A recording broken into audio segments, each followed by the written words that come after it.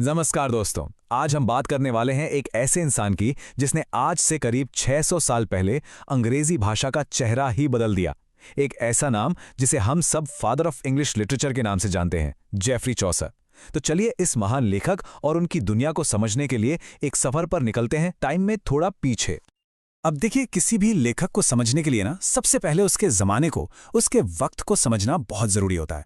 तो हम बात कर रहे हैं 14वीं सेंचुरी के इंग्लैंड की। ये एक ऐसा दौर था जब देश में ज़बरदस्त उथल-पुथल मची हुई थी, बड़े-बड़े बदलाव हो रहे थे।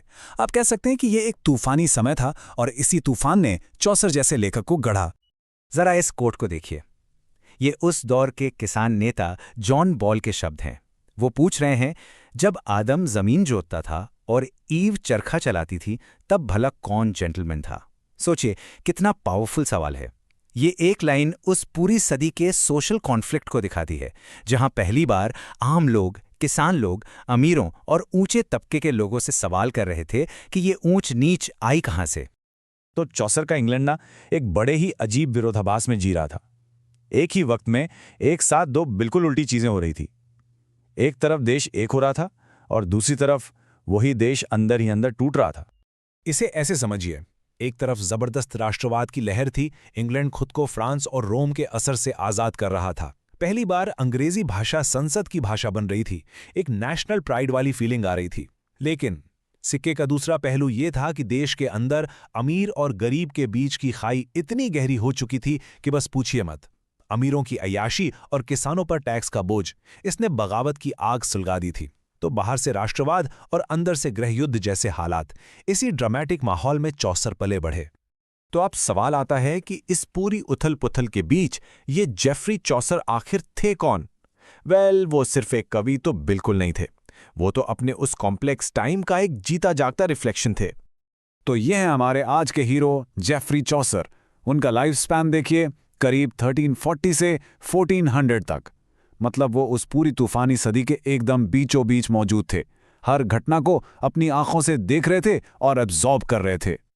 और कमाल की बात यह है कि चौसर कोई आइवरी टावर में बैठकर लिखने वाले कवि नहीं थे। अरे, वो तो एक सैनिक थे, राजा के दरबारी थे, एक डिप्लोमैट के तौर पर विदेश यात्राएं करते थे, कस्टम्स डिपार्टमेंट के कंट्रोलर थे और तो और मेंबर ऑफ पार्लियामेंट भी बने।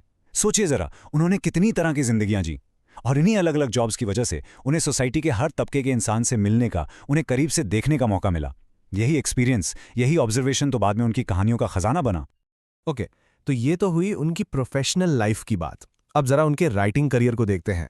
उनका जो लिटरेरी जर्नी है ना, उसे हम मोटे तौर पर 3 स्टेजेस में बांट सकते हैं। पहला था द फ्रेंच पीरियड। उस जमाने में फ्रेंच कल्चर का बड़ा बोलबाला था, तो शुरुआत में चौसर भी उसी स्टाइल में लिखते थे। फिर आया दी इटालियन पीरियड। जब वो डिप्लोमेट बनकर इटली गए तो वहां उनका सामना हुआ दांते और बोकेशो जैसे लिटरेरी जायंट्स से। वहां उन्होंने सीखा कि कहानियां सिर्फ राजा रानी की नहीं, असल जिंदगी की भी हो सकती हैं।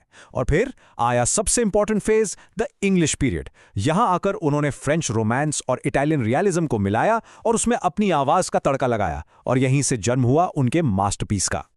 जी हाँ, हम बात कर रहे हैं द कैंटरबरी टेल्स की। दोस्तों, ये सिर्फ कहानियों का कलेक्शन नहीं है, ये तो मिडीवल इंग्लैंड की एक टाइम कैप्सूल है, एक जीता जागता आईना। तो कहानी शुरू होती है लंदन के एक सराय से, द टैबर्ड इन।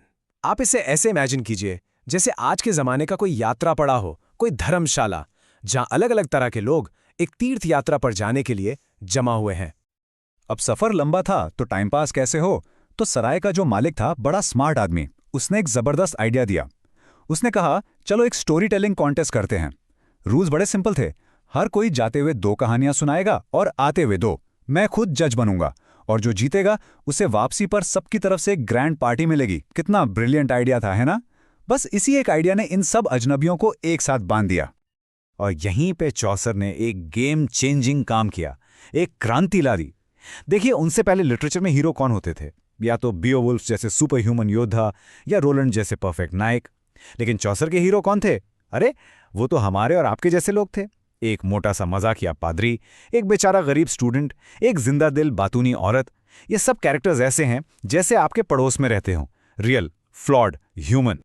और जैसा कि ये कोट कहता है, चौसर ने हमें उस दौर के इंग्लैंड की एक ऐसी स्नैपशॉट दी है जिसमें सब कुछ है।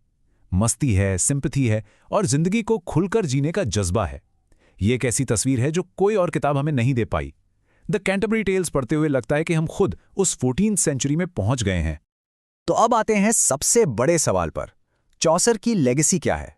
आखिर क्यों हम उन्हें the father of English literature जैसा इतना बड़ा टाइटल देते हैं? साल था 1400 जब चौसर इस दुनिया से चले गए। ये एक इंसान का अंत जरूर था, लेकिन एक लेगेसी की तो ये बस शुरुआत थी। उनका इन्फ्लुएंस इतना गहरा था कि आज 600 साल बाद भी हम उनके बारे में बात कर रहे हैं। शायद उनका सबसे बड़ा कंट्रीब्यूशन तो इंग्लिश लैंग्वेज को लेकर था। देखिए, उस वक्त इंग्लैंड में कोई एक स्टैंडर्ड इंग्लिश नहीं थी, हर इलाके की अपनी बोली थी। चौसर ने लंदन के आसपास बोली जाने वाली मिडलैंड डायलेक्ट में लिखने का फैसला किया, और क्योंकि उनकी राइटिंग इतनी पॉपुलर हो गई कि धीरे धीरे वही बोली पूरे इंग्लैंड की लिटरेरी लैंग्वेज बन गई। एक तरह से उन्होंने ही मॉडर्न इंग्लिश की नींव रखी। तो टू सम इट अप, चौसर को फादर ऑफ इंग्लिश पोइट्री क्यों कहते हैं? पहली बात, उन्होंने इंग्लिश लैंग्वेज के अंदर छिपे म्यूजिक और पोइट्री को बाहर निकाला। दूसरी बात, उन्होंने लिटरेचर को फैंटेसी की दुनिया से निकालकर असल दुनिया में आम लोगों के बीच लाकर खड़ा कर दिया। और तीसरी और सबसे बड़ी बात, उन्होंने ऐसे टाइमलेस कैरेक्टर्स बनाए जो आज भी हमें असली इंसानों की तरह लगते हैं। तो मैं आपको एक सवाल के साथ छोड़कर जा रहा हूं। जरा सोचिए, अगर चौसर ने ये हिम्मत ना दिखाई होती, अगर उन्होंने राजकुमारों और योद्धाओं की जगह एक आम मिल चलाने वाले, एक बावर्ची या एक डॉक्टर की कहानियों को इंपॉर्टेंस ना दी होती, तो आज हमारा लिटरेचर कैसा होता? क्या आज हम और आप अपनी कहानियों को किताबों और फिल्मों में देख पाते? शायद नहीं। शायद हमारी अपनी कहानियां ही कहीं खो गई होती।